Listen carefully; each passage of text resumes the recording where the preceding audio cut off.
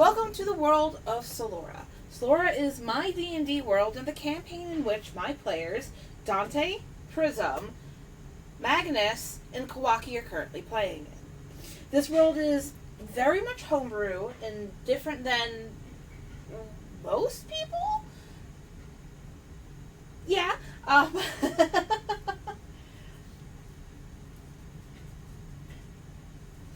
Most people.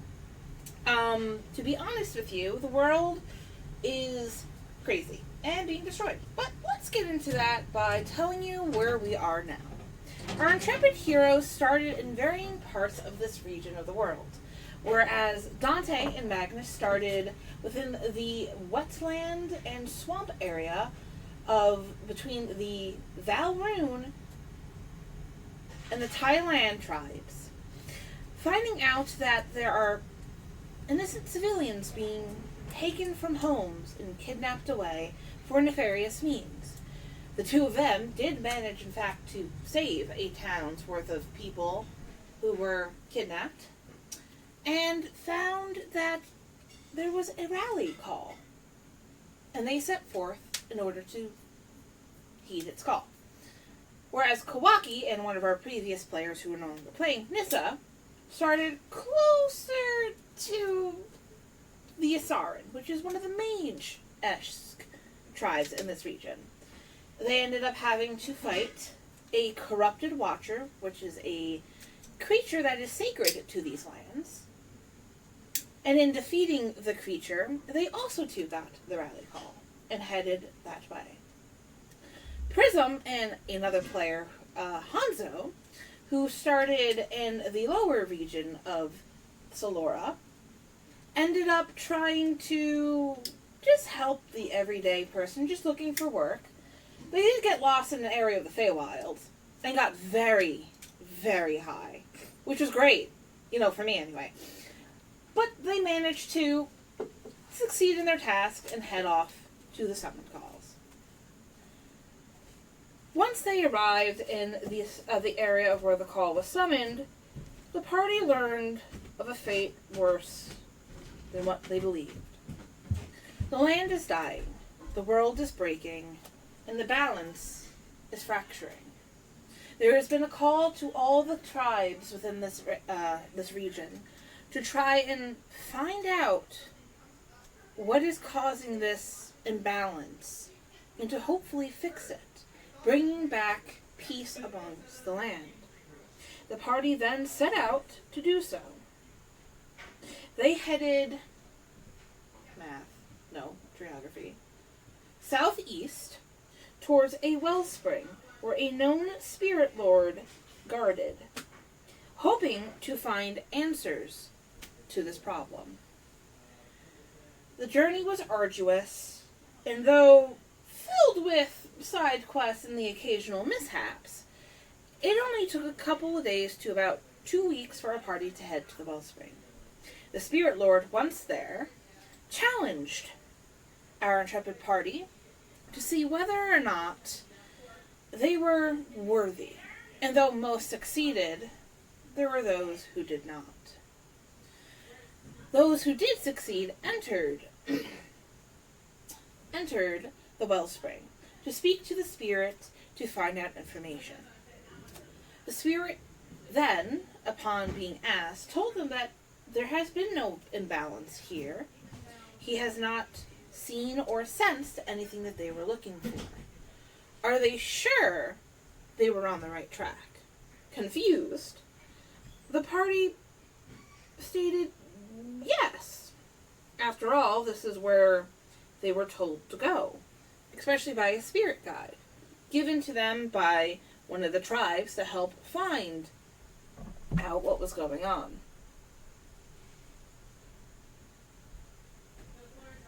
In doing so, while this conversation was happening,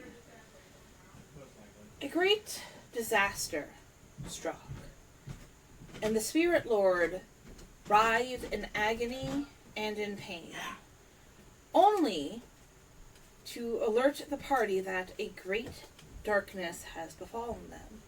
A being of great power has died, an Etherean, one of which created the very world that our party lives in. In shock and despair, the party made their way as fast as possible down the river to the Sundered Grove, where the fallen Etherean was stated to be. Upon arrival, many other teams were already there, sensing the great destructive power and disturbance that the death of the Etherean caused, and were ready to investigate. Our group, along with many other parties, entered the forest, and as deep as they went, only found death and destruction awaiting them. A dark crystal sat within the center of the forest, decaying and corrupting all around. And upon getting closer, a large creature came crashing down, corrupted by the same energy the crystal itself held, and death was soon to ensue. Our party, noting that there was no way they could fight this creature, opted to escape, and in doing so, they managed, if not for the sacrifice of their guide that led them here. Upon exiting the forest and getting as far away as safely as possible, the party knew that they needed to alert those in charge of what was going on. So they headed towards Plainsong, the capital of one of the tribes. Upon arriving there, they stated to the tribe's chieftain what was happening, what essentially transpired in the forest. The death, the destruction, and worst of all, a fate that no one believed could happen. The fall of an Etherean. Flabbergasted, the chieftain suggested that the party go around to all the tribes to see if they can find anything to help them, maybe lead them to other forms of unbalance, and maybe uncover what caused the Etherean to die. With that, the party headed south, towards the monastery of the Hawen tribe, home to both Prism and Hanzo. Upon arriving there, they were noted that Hanzo's master left to one of the towns within the tribe's protection had gone missing and silent, and no amount of magic could get them in contact. With haste, the party left to help find Hanzo's master, his father figure. And in doing so, they entered the forest down below. The Verdant Grove. Upon entering it, they could see the corruption was there. Different from the one from the Sundered, but ever present. Everything was abundant in growth, including that of the animals and creatures that made their home there, making them far more dangerous and crazed than ever before. Finding the town that was essentially missing, they ended up saving them, only to find out that Hanzo's master had ventured further into the forest. They allowed the town to get to safety and headed off to find his master, and in doing so fighting a horrid creature that protected another crystal, but this one of white and light energy. Upon the creature's defeat, Dante done did a stupid and rolled a natural 1 and fell into said crystal. He's fine. I mean, he lost an arm, but he's fine. And they managed to save Hanzo's master.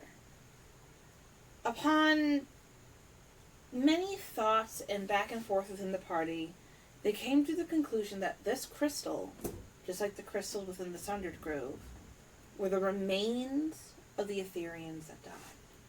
After all, it makes sense. They are balance. If one falls, so too shall another.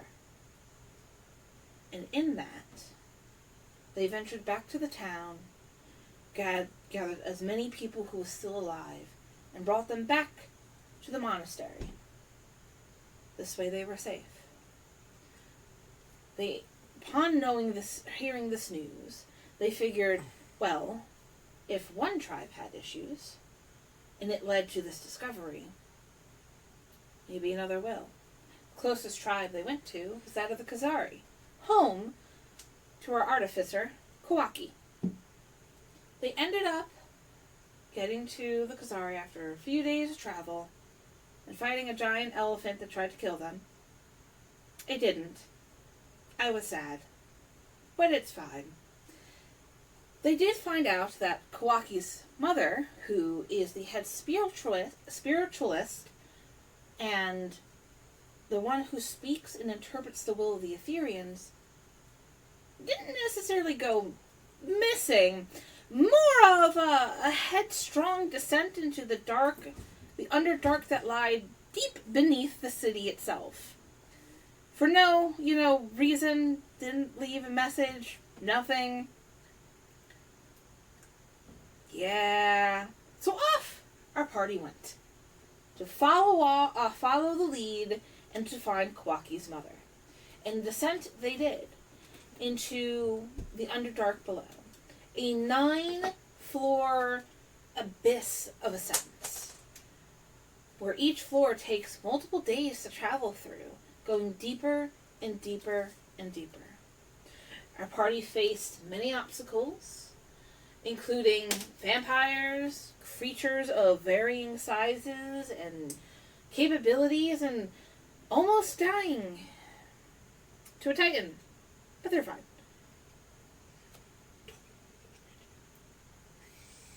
But into the descent they go, hoping to find more answers that lie beneath.